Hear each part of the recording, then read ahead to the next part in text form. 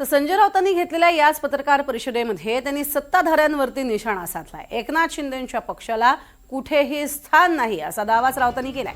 गेल्या काही काळापासून ठाकरे बंधू एकत्र येण्याच्या चर्चा आहेत, त्यावरही राऊतांनी भाष्य केलंय।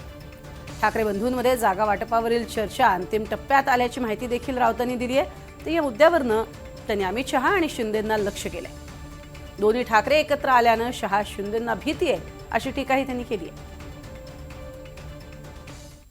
एकनाथ शिंदेंची कुठेही ताकद नाही, मी वारंवार सांगतोय। भारतीय जनता पक्षाच्या मतांवर त्यांना आलेली ही सूज आहे आणि पैसे यंत्रणा, बाकी एकनाथ शिंदे आणि त्यांच्या पक्षाला कुठेही स्थान नाही। अमित शहाचे इंजेक्शन आहे, टॉनिक, बाकी काय आहे एकनाथ शिंदेकडे?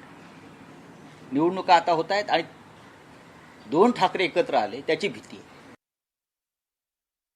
उद्धव ठाकरे आणि राज ठाकरे याच्यामध्ये सातत्याने चर्चा सुरू आहे।